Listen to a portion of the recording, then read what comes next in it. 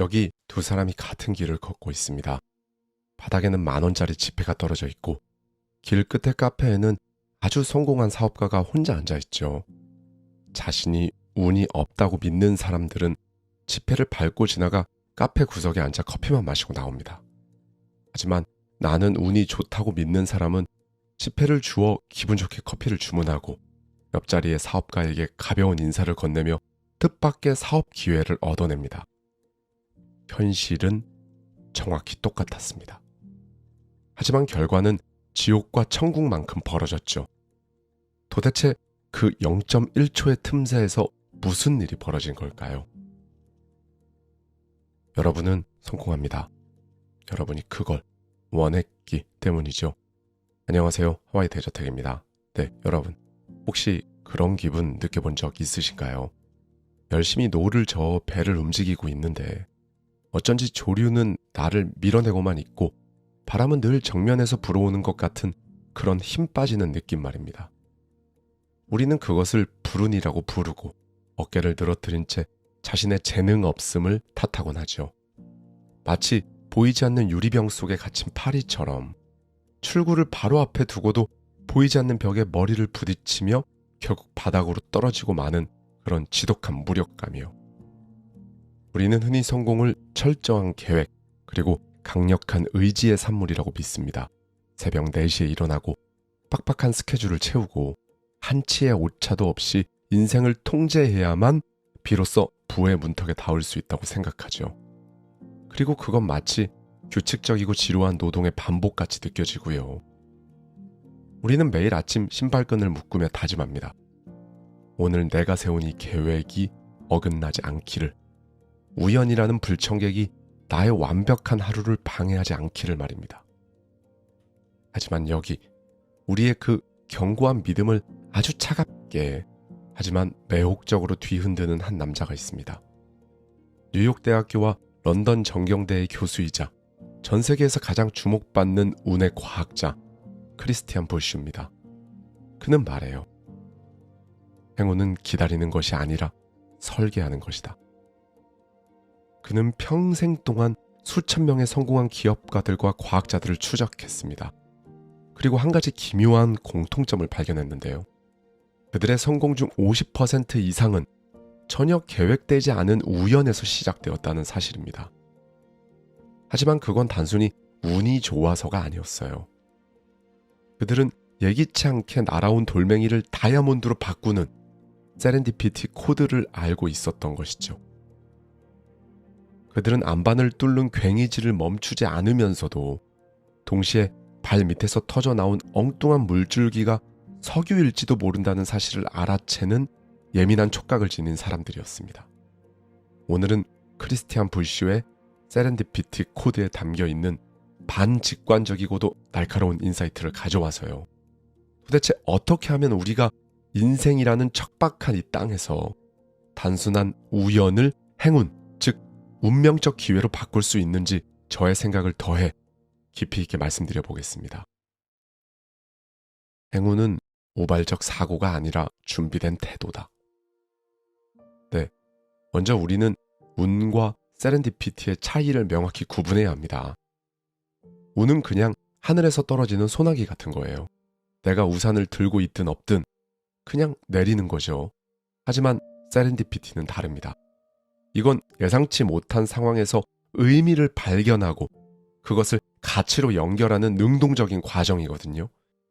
이걸 정말 쉽게 설명해 줄 수 있는 실제 실험 케이스가 있습니다.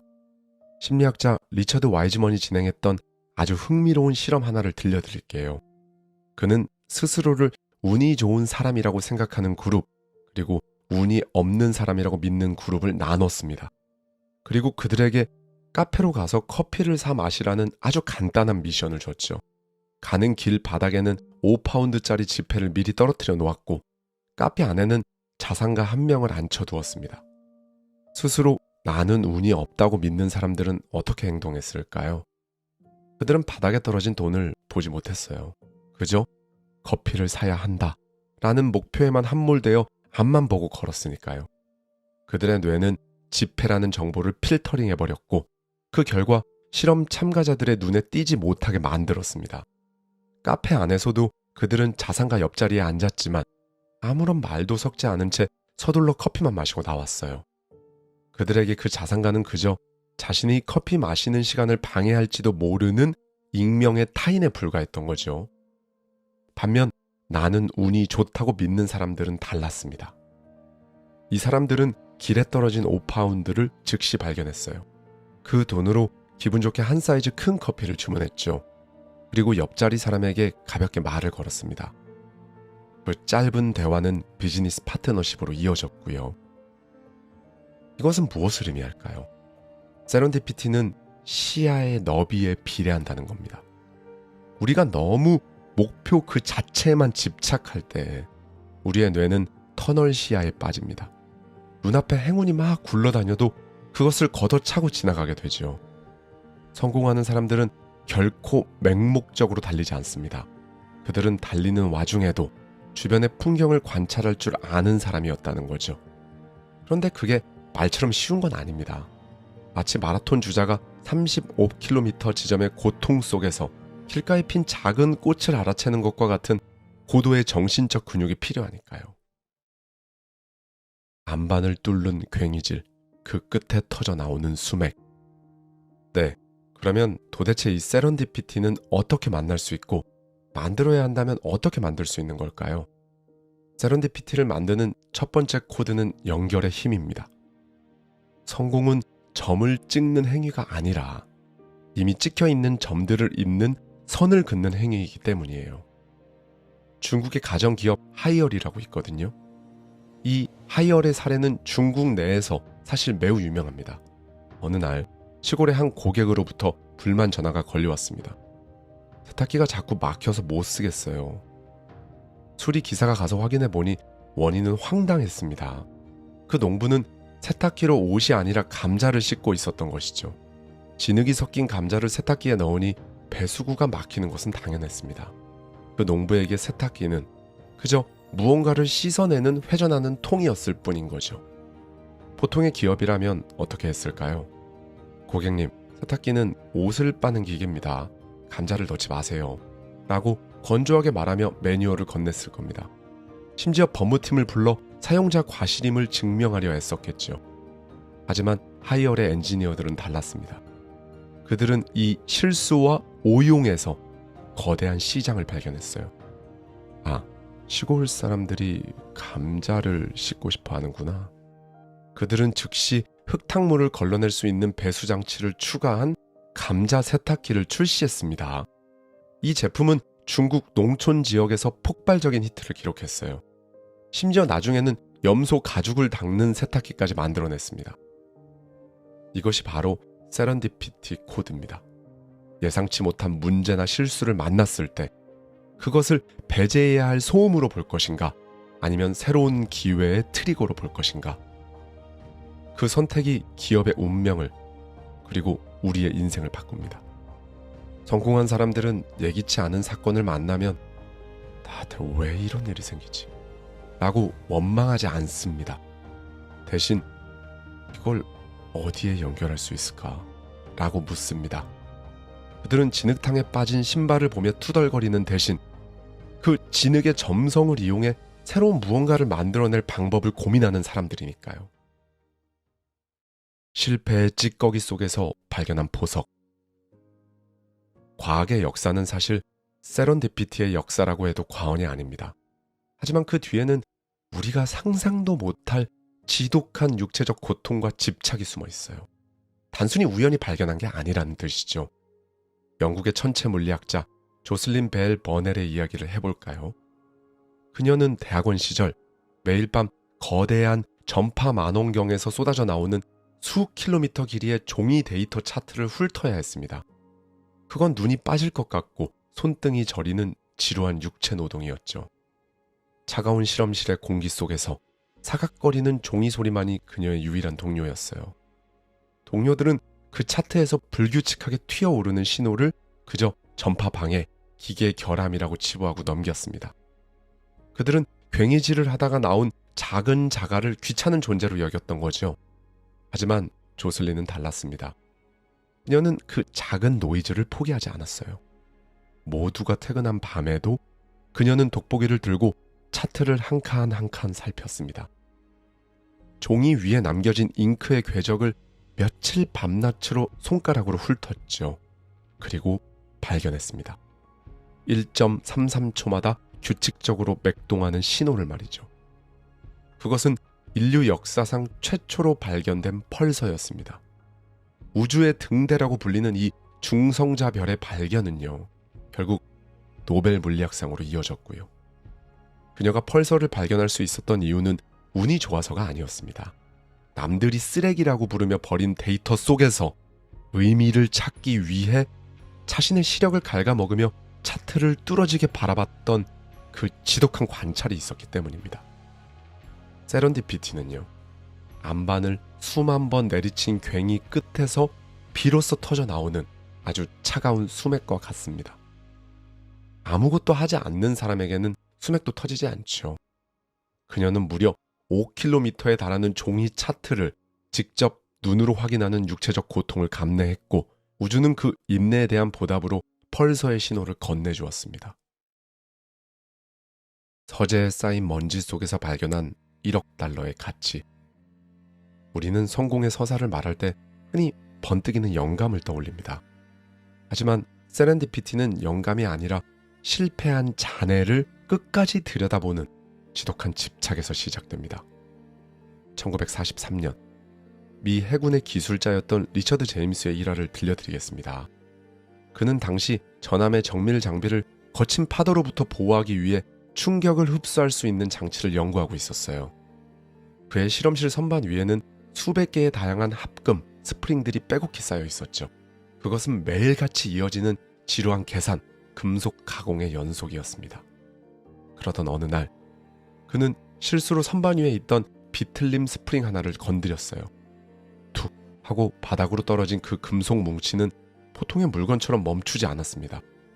그것은 생명체처럼 꿈틀거리더니 바닥을 딛고 계단을 한 칸 한 칸 스스로 걸어서 내려갔습니다.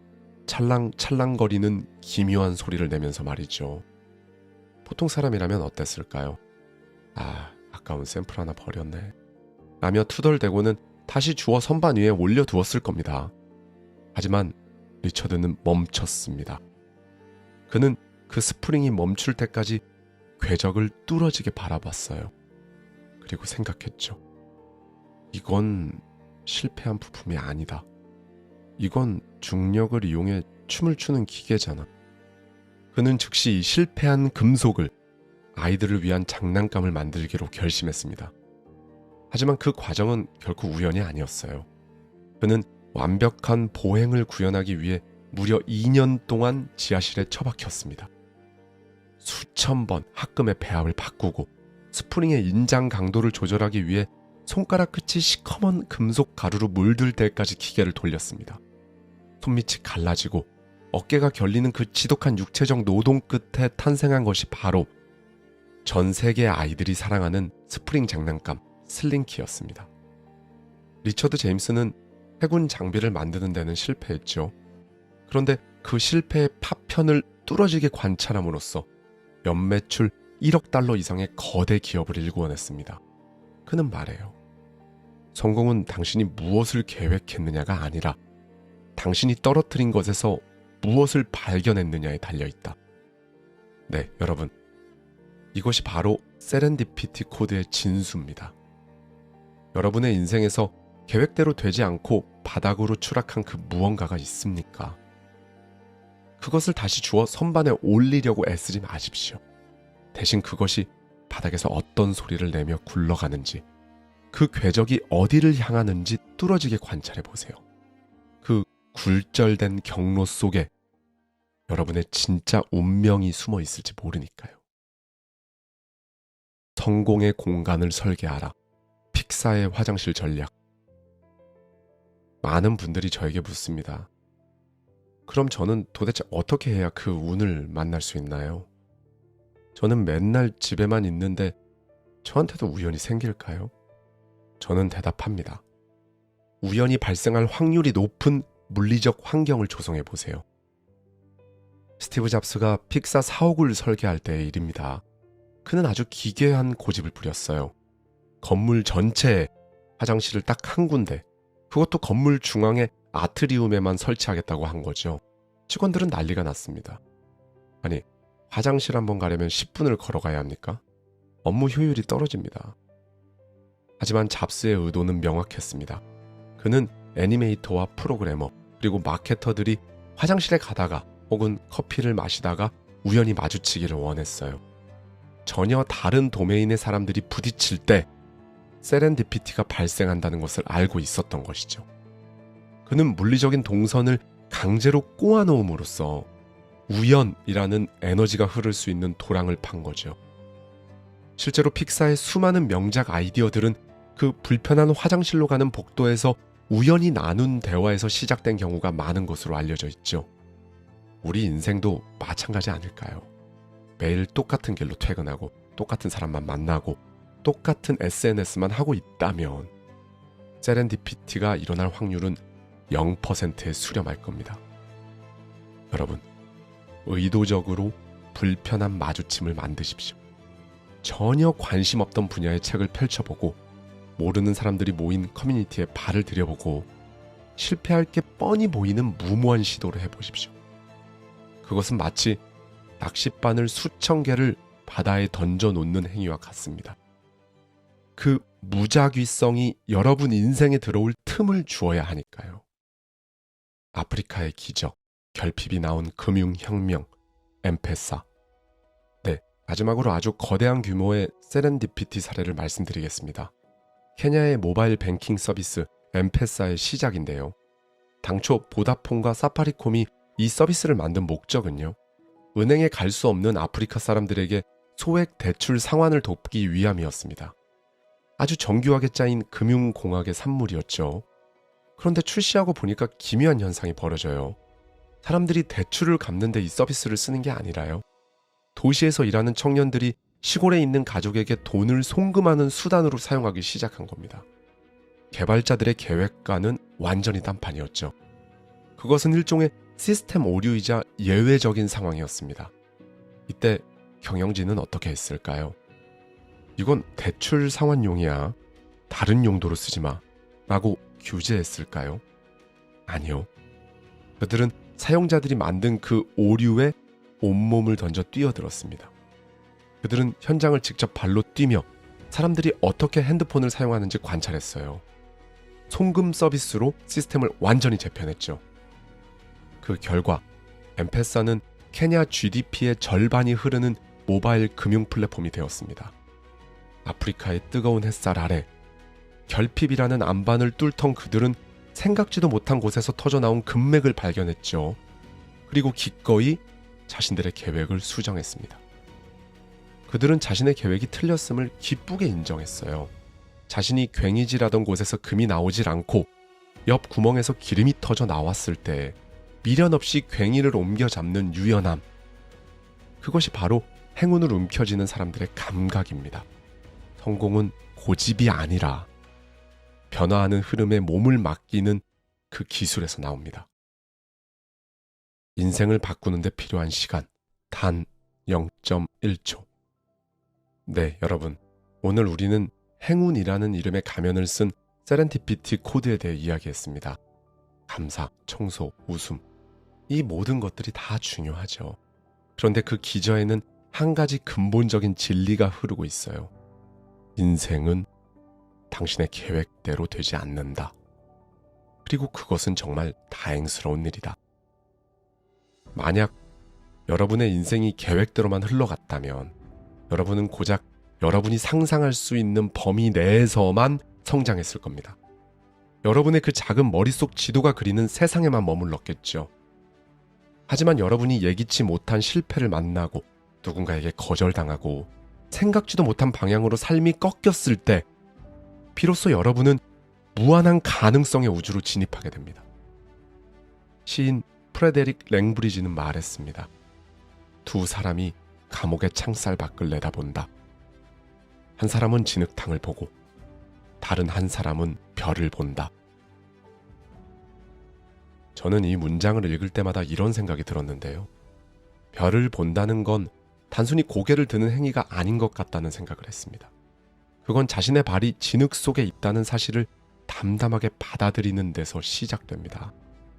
내가 선 곳이 화려한 무대가 아니라 냄새나고 축축한 바닥일지라도 그 사실로부터 눈을 돌리지 않는 그 결의가 진짜 필요한 시점이 아닐까요, 지금은요? 세렌디피티는 그 결의의 틈새로 비집고 들어옵니다. 계획이 어긋났을 때 여러분이 느끼는 그 당혹감과 막막함은 사실 여러분의 낡은 지도가 타버리고 이제 막 새로운 대륙으로 발을 들였다는 신호일지도 모릅니다. 여러분, 저는 인위적인 응원이나 값싼 희망을 믿지 않습니다. 하지만 삶의 우연이 우리에게 건네는 그 기묘한 손길만큼은 믿습니다. 여러분이 오늘 마주한 그 거절과 실패가 사실은 여러분을 보호하기 위한 거대한 흐름의 일부였음을 깨닫는 순간을 정말 직접 느껴보셨으면 좋겠어요. 그저 묵묵히 지금 여러분 손에 쥐고 있는 그 부서진 조각들을 가만히 바라보십시오. 그리고 그것을 버리는 대신 그것이 여러분 손바닥에 남긴 차가운 그 감촉을 기억하십시오. 그 감촉이 언젠가 여러분을 전혀 다른 차원의 성공으로 안내할 정말 유일한 나침반이 될 겁니다. 2026년 여러분은 반드시 성공합니다. 여러분이 세운 그 계획이 허탈하게 무너진 바로 그 자리에 여러분이 한 번도 상상해 본 적 없는 거대한 풍경이 펼쳐질 것이기 때문이죠. 이제 억지로 화이팅하거나 웃어보려고 애쓰지 않아도 괜찮습니다. 그저 문을 열어두고 여러분 삶 속으로 흘러 들어오는 그 낯선 공기를 가만히 들여 마셔 보십시오. 그것으로 충분합니다. 지금 여러분이 타고 있는 기차, 사실 반대 방향으로 가고 있습니다. 평생을 바쳐 지켜온 그 기차표가 사실은 여러분을 파멸로 이끄는 독약이었다면 그래도 여러분은 그 칸에 계속 앉아 계실 건가요? 여러분이 지금 답답한 진짜 이유는 여러분이 게으르거나 운이 없어서가 아닙니다. 기차표를 너무 꼼꼼하게 확인했기 때문입니다. 이게 도대체 무슨 말일까요? 여러분은 성공합니다. 여러분이 그걸 원했기 때문이죠. 안녕하세요. 하와이 대저택입니다. 여러분, 지금 창밖에는 비가 내리고 있을지도 혹은 차가운 정적이 방 안을 채우고 있을지도 모르겠습니다. 여러분이 지금 어떤 풍경 속에 계시든 잠시만 하던 일을 멈추고 제 목소리에 귀를 기울여 주시면 좋겠어요. 오늘 우리는 90살의 노학자가 건네는 서늘하고도 정직한 초대장을 한 장 받았습니다. 주인공은 세계적인 경영사상가 찰스 앤디입니다. 그는 90에 바라본 삶이라는 자신의 마지막 저서를 통해 우리에게 소름 끼치는 고백을 하나 던졌습니다. 나는 평생 기차표를 확인하며 살았지만 내리고 보니 내가 원치 않았던 황무지였다.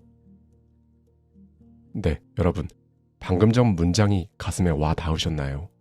그는 소위 말하는 엘리트 중에 엘리트였습니다.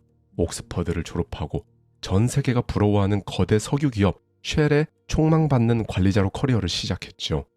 누가 봐도 인생의 1등 칸에 탄 사람이었습니다. 성공으로 가는 급행열차에 몸을 싣고 그는 단 한 번도 자신의 방향이 틀렸다고 의심하지 않았습니다. 하지만 그는 보르네오 정글 한복판에서 처참한 진실과 마주합니다. 자신은 관리자로서 완벽하게 무능하다는 사실을 말이죠. 그의 임무는 정글 속 원주민 노동자들을 관리하고 석유 채굴 실적을 올리는 것이었습니다. 하지만 옥스퍼드에서 배운 고매한 경제 이론은 정글의 진흙탕 속에서 아무런 힘도 쓰지 못했습니다. 현지 직원들은 그의 지시를 무시했고 장비는 매일같이 고장났으며 숫자는 처참하게 빗나갔습니다. 그는 정글의 습한 공기 속에서 자신의 무력감을 온몸으로 느꼈습니다. 낮에는 런던 본사에서 온 독촉 전화를 받으며 고개를 숙였고 밤에는 모기떼가 들끓는 막사 안에서 홀로 위스키 잔을 기울이며 자책했습니다. 내 동기들은 지금 런던의 화려한 사무실에서 세상을 움직이고 있는데 나는 왜 이 눅눅한 정글에서 이름조차 모르는 기계 부품하고 씨름하고 있는가? 그는 깨달았습니다.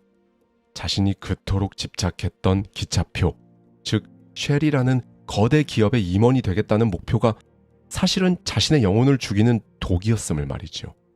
그는 관리자가 아니라 세상을 관찰하고 기록하는 사람이 되고 싶었던 겁니다. 매일 밤 그는 막사 안에서 정글의 소리들을 문장으로 옮기기 시작했습니다. 자신의 무능함을 숨기지 않고 정직하게 적어 내려갔습니다. 실패가 가져다준 고독이 그의 펜끝을 날카롭게 펴려냈고 그 처절한 기록들이 모여 전세계 100만 부가 팔린 위대한 경영 철학서의 씨앗이 되었죠. 만약 그가 쉘에서 계속 승승장구하며 임원이 되었다면 어땠을까요? 그는 아마 우리가 아는 사상가 찰스 핸디가 아닌 그저 그런 은퇴한 기업 간부로 잊혔을 겁니다. 실패가 그를 구원한 것이죠. 여러분, 지금 여러분이 겪는 그 지독한 실패가 사실은 여러분을 진짜 목적지로 안내하는 정말 유일한 단서라면 어떻게 하실 건가요? 여러분은 지금 잘못된 기차를 탄 게 아니라 진짜 여러분의 삶을 찾기 위한 필수 경로를 통과하고 있는 중인 건 아닐까요? 그런데 우리는 왜 여전히 불행할까요? 찰스 앤디는 그 원인을 의도적 눈 감기에서 찾습니다. 이건 우리 모두의 고질병인데요. 앤디는 어느 날 자신의 침실 천장에서 작은 갈색 얼룩을 발견했습니다. 윗집에서 물이 새고 있다는 명확한 신호였죠. 하지만 그는 눈을 감았습니다. 수리공을 부르고 까다로운 이웃과 협상하고 공사비를 청구하는 그 끔찍한 번거로움이 죽기보다 싫었으니까요. 내일이면 마르겠지. 날이 더워지면 괜찮을 거야. 그렇게 스스로를 속이며 하루하루를 넘겼습니다. 결과는 어땠을까요? 작은 얼룩은 거대한 곰팡이가 되었고 결국 집 전체의 구조를 갉아먹는 재앙으로 돌아왔습니다. 시대의 지성인 찰스는 우리 인생도 이와 똑같다고 말합니다. 이 의도적 눈 감기가 얼마나 끔찍한 비극을 불러오는지 역사적인 사례 하나를 말씀드리고 싶은데요. 아마 많이들 아는 사건일 거예요. 1986년 전 세계를 충격에 빠뜨린 챌린저 5 폭발 사고입니다. 발사 전날 나사의 엔지니어들은 강력하게 경고했어요. 기온이 너무 낮아서 고무 부품인 오링이 얼어붙어 터질 수 있다고요. 하지만 나사의 관리자들은 그 얼룩을 보고도 눈을 감았습니다. 정치적인 압박, 발사 일정의 지연이라는 비난 등 견딜 수 없는 그 번거로움을 피하고 싶었기 때문이죠. 그들은 수많은 엔지니어들이 제시한 데이터를 뭉개버리고 발사 버튼을 눌렀습니다. 결과는 발사 73초 만에 7명의 승무원 전원 사망이라는 인류 역사상 가장 비극적인 기록으로 남았죠. 우리 인생의 천장에도 지금 이런 얼룩이 있지는 않을까요? 나쁘게 나온 건강검진 결과지를 서랍 깊숙이 숨기는 것, 차갑게 식어버린 배우자의 눈빛을 모른 척하는 것 말입니다. 찰스 앤디는 여기서 자신의 20대 시절 죽음과 맞바꿀 뻔했던 생맹사건을 고백하는데요. 그는 쉘에 입사하기 전 군복무 시절 항공기 연료를 보급하는 중책을 맡았습니다. 수백 명의 목숨이 달린 빨간 밸브와 초록 밸브를 단 1mm의 오차도 없이 구분해야 하는 일이었어요. 그런데 사실 그는 생맹이었습니다. 그는 어렴풋이 알고 있었어요. 자신이 빨간색과 초록색을 명확히 구분하지 못한다는 사실을요. 하지만 옥스퍼드 출신의 엘리트로서 남부러울 것 없는 청년으로서 그 사실을 인정하는 건 죽기보다 싫었습니다. 내가 틀릴 리 없어. 조금 더 집중하면 보일 거야. 그는 매번 도박을 걸었습니다. 비행기 날개 밑에서 거대한 연료 노즐을 붙잡고 식은땀을 흘리며 기도했습니다. 제발 내가 고른 밸브가 맞는 색깔이기를. 자존심이라는 가짜 권위를 지키기 위해 무고한 수백 명의 생명을 매일같이 도박판에 올린 겁니다. 결국 대형 폭발 사고가 날 뻔한 일촉즉발의 위기를 겪고서야 그는 하얗게 질린 얼굴로 상사에게 고백했습니다. 저는 생맹입니다. 저는 이 일을 할 자격이 없습니다. 그는 그때의 기분을 이렇게 회상합니다. 그 사실을 인정한 순간 나는 더 이상 위험한 사람이 아니게 되었다. 그리고 내 인생에서 가장 큰 해방감을 느꼈다. 여기에 우리는 콩코드 오류라고 불리는 심리적 함정을 주목해야 할 필요가 있어요. 이미 엄청난 돈과 시간을 쏟아 부었기 때문에 그것이 잘못된 길임을 알면서도 멈추지 못하고 끝까지 가는 비극. 초음속 여객기 콩코드는 명백한 적자가 예상되었거든요. 그런데 영국과 프랑스 정부는 자신들의 자존심을 지키기 위해 끝까지 사업을 밀어붙였고 결국 처참하게 파산했습니다. 이건 너무 많은 사람들이 자신의 커리어, 지금까지 무언가를 해온 나의 시간과 노력이 아깝다며 콩코드의 오류에 빠져 인생의 종점으로 그대로 달려가는 것과 똑같습니다. 여러분, 정직함은 도덕적 결단이 아닙니다. 그건 여러분의 에너지를 낭비하지 않게 만드는 최첨단 생존 기술입니다. 진실을 외면하는 데 드는 에너지가요, 직면하는 데 드는 에너지보다 수십 배는 더 크니까요. 지금 여러분의 삶을 야금야금 갉아먹고 있는 그 얼룩은 무엇입니까? 여러분만 알고 있는 그 생명과 같은 그 비밀은 무엇인가요? 그걸 똑바로 보십시오. 그리고 한번 인정해 보세요. 이제 우리는 관계와 성공의 실체를 완전히 뒤집어 봐야 합니다. 우리는 흔히 성공이란 무언가를 쌓아가는 과정이라고 생각합니다. 하지만 찰스 앤디는 아흔의 지혜로 이 상식을 완전히 뒤집습니다. 첫 번째 반전의 인사이트인데요. 당신은 명사가 아니라 동사로 살아야 한다. 우리는 자꾸 자신을 명사로 정의하려 합니다. 나는 부자다. 나는 사장이다. 나는 교수다. 하지만 찰스 앤디는 말합니다. 명사는 우리를 가두는 감옥이라고요. 명사가 되는 순간 여러분은 그 자리를 지키기 위해 오만해지고 변화를 거부하게 되니까요. 진짜 삶은 동사의 연속입니다. 배우고 애정을 갖고 만들고 돕는 것. 르네상스의 거장 레오나르도 다빈치를 보십시오. 그는 자신을 화가라는 명사로 정의하지 않았습니다. 그는 평생 관찰하고 실험하고 기록하는 동사의 삶을 살았어요. 그의 수많은 미완성 작품들은 실패의 증거가 아니죠. 그가 끊임없이 움직이는 동사로 살았다는 위대한 훈장이 아닐까요? 여기 한 명의 남자를 더 소개하겠습니다. 현대인의 영적 결핍을 가장 날카롭게 파고들었던 헐리우드의 스타 짐 캐리입니다. 그는 전 세계가 부러워하는 부와 명예의 정점에 섰을 때 이런 말을 남겼죠. 나는 모든 사람이 부자가 되고 유명해지기를 바랍니다. 그래서 그게 정답이 아니라는 것을 직접 깨닫기를 바랍니다. 그가 이 말을 던진 이유는 단순히 성공이 헛되다는 허무주의를 전파하기 위해서가 아니었습니다. 짐 캐리는 우리가 가짜 정답을 구하는데 평생을 허비하는 걸 경계한 거죠. 그는 깨달았어요. 우리가 우주에 요구해야 할 것은 내가 무엇을 가질 것인가가 아니라 내가 세상에 제공할 수 있는 고유한 가치와 효능이 무엇인가 라는 질문이어야 한다는 사실을요. 그는 그냥 돈이라는 거대한 허상에서 벗어나 자신의 본질적인 영혼이 원하는 것을 우주에 명확히 요구했습니다. 내가 무엇을 할 때 가장 나다운가?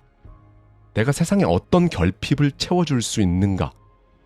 이 정직한 물음 끝에 그는 압도적인 에너지와 창의성을 얻었고요. 돈과 명성은 그 에너지가 만들어낸 거대한 파도에 실려온 부수적인 거품에 불과했습니다. 성공이 정답이 아니라 우리의 영혼이 가리키는 방향으로 걷는 그 행위 자체가 정답이라는 뜻이 아닐까요? 두 번째 반전 인사이트가 또 있습니다. 찰스 앤디는 이를 빈 우비의 역설이라고 부르는데요. 우리 주변을 볼까요? 비가 옵니다. 거리에 아주 멋지고 좋아 보이는 노란색 우비가 걸어가고 있죠. 겉보기엔 탄탄하고 방수도 완벽하며 누가 봐도 부러워할 만한 브랜드의 우비입니다. 그런데 가까이 가서 보니 그 우비 속에는 사람이 없습니다. 우비가 스스로 걷고 있는 것처럼 보일 뿐 정작 그 옷을 채워야 할 알맹이는 텅 비어 있는 거죠. 이것이 바로 찰스 앤디가 90의 나이에 전하는 현대인의 초상입니다. 우리는 대기업 부장이라는 우비, 강남 아파트 소유자라는 우비, 완벽한 부모라는 우비를 입기 위해 평생을 바칩니다. 그리고 그 우비가 비에 젖지 않게 닦고 광을 내는데 모든 에너지를 쏟죠. 하지만 정작 그 우비 안에 있는 나라는 영혼은 굶주려 죽어가고 있습니다. 명암이 사라지는 순간, 직함이 떨어져 나가는 순간 그 우비는 힘없이 바닥으로 무너져 내립니다. 그 안에 아무것도 축적해두지 않았기 때문입니다. 진짜 성공은 타인의 시선이라는 우비를 벗어 던지고 그 안에 비어있는 텅 빈 공간을 타인이 규정한 색깔이 아니라 오직 여러분만의 색깔로 채우는 겁니다. 그렇다면 우리는 도대체 언제 우리 삶의 구조를 바꿔야 할까요? 그 타이밍은 언제일까요? 찰스 앤디는 아주 단순하지만 뼈아픈 진리를 말합니다. 지붕은 햇볕이 밝게 내리쬐는 맑은 날에 고쳐야 한다. 우리는 보통 지붕에서 물이 새고 방안이 물바다가 된 다음에야 수리공을 찾습니다. 사업이 망하기 직전, 건강이 무너지기 직전, 관계가 파탄나기 직전에야 허둥지둥 대책을 세우죠. 하지만 그때는 이미 늦습니다. 터제에 앉아 창밖의 맑은 하늘을 보며 차 한 잔을 마시고 있는 지금, 바로 이 평온한 순간이 우리 인생을 대대적으로 수리해야 할 골든타임인 것이죠. 이쯤에서 세계 최대의 헤지펀드 브릿지워터의 창립자 레이 달리오의 사례를 말씀드리고 싶은데요. 1982년 그는 멕시코의 부채 위기를 예측하며 전 세계적인 경제 대공황이 올 것이라고 확신했습니다. 그는 자신의 오만함에 취해 TV와 라디오에 나가 떠들어댔고 전 재산을 걸고 베팅했어요. 하지만 결과는 처참했죠. 시장은 그의 예상과 정반대로 움직였고 그는 전 재산을 잃고 직원들을 모두 해고해야 했습니다. 심지어 그는 친구에게 돈을 빌려 생계를 유지해야 했고요. 그는 그때의 처절한 실패를 통해 평생 잊지 못할 교훈을 얻었습니다. 나는 내가 옳다고 생각하는 것보다 내가 틀렸을 수도 있다는 가능성을 어떻게 찾아낼 것인가에 집중하기 시작했다. 그는 가장 잘 나간다고 느꼈던 그 맑은 날, 자신의 오만이라는 지붕을 고치지 않았기에 폭풍우 속에서 처참하게 무너졌던 겁니다. 이후 그는 극단적 투명성이라는 원칙을 세웠어요. 자신이 틀릴 수 있다는 가능성을 끊임없이 점검했고요. 그 결과 세계 1위의 투자 제국을 다시 건설해냈습니다. 여러분, 지금 여러분은 인생 곡선 어디쯤에 계신가요? 혹시 정점에 있습니까? 모든 것이 잘 풀리고 있나요? 바로 지금이 지붕을 고쳐야 할 때입니다. 여기에 또 하나의 충격적인 사례를 말씀드리겠습니다. 전 세계 메모리칩 시장을 지배하던 인텔의 1985년 이야기입니다. 당시 인텔은 일본 기업들의 저가 공세에 밀려 주력 사업이었던 메모리 분야에서 파산 위기에 처해 있었습니다. 그때 CEO 앤디 그로브는 공동 창립자 고든 무어에게 질문을 던졌어요. 우리가 쫓겨나고 새로운 CEO가 이 회사에 들어온다면 그 사람은 뭘 할까요? 무어는 주저없이 대답했습니다. 메모리 사업을 당장 버리겠지. 그로브는 다시 말했어요. 그렇다면 우리가 그 새로운 CEO가 되시죠. 우리가 직접 저 문 밖으로 나갔다가 다시 들어오면서 새로운 CEO처럼 생각하고 행동하면 되겠군요. 인텔은 그날로 자신들의 상징이었던 메모리 사업을 포기하고 비메모리, 마이크로 프로세서의 전면적인 전환을 선언했습니다. 자신들이 일군 과거의 영광이라는 지붕을 맑은 날에 스스로 뜯어내고 새로 지은 결과 인텔은 이후 수십 년간 전 세계 PC 시장을 지배하는 황제가 되었죠. 여러분을 지금의 자리에 있게 한 그 성공 방정식이 사실은 여러분의 미래를 가로막는 가장 큰 장애물일 수 있습니다. 내 과거를 죽여야 미래가 태어납니다. 오만이라는 독은 내가 가장 유능하다고 느낄 때 나를 파고드니까요. 성공한 사람일수록 나는 틀릴 수 없다는 확신에 갇히잖아요. 하지만 핸디는 말합니다. 무조건적 확신은 당신을 가두는 가장 견고한 감옥이지만 정직한 의심은 당신을 더 넓은 우주로 인도하는 유일한 열쇠다. 네, 이제 마지막 이야기를 하려 합니다. 우리는 자꾸 내 인생을 설명하려 합니다. 내 연봉이 얼마인지, 내 자식이 어느 대학에 갔는지, 세상에 나를 증명하려고 정말 여러 방식으로 참 애쓰지요. 하지만 찰스 앤디는 아흔의 고개에서 우리에게 단호하게 말합니다.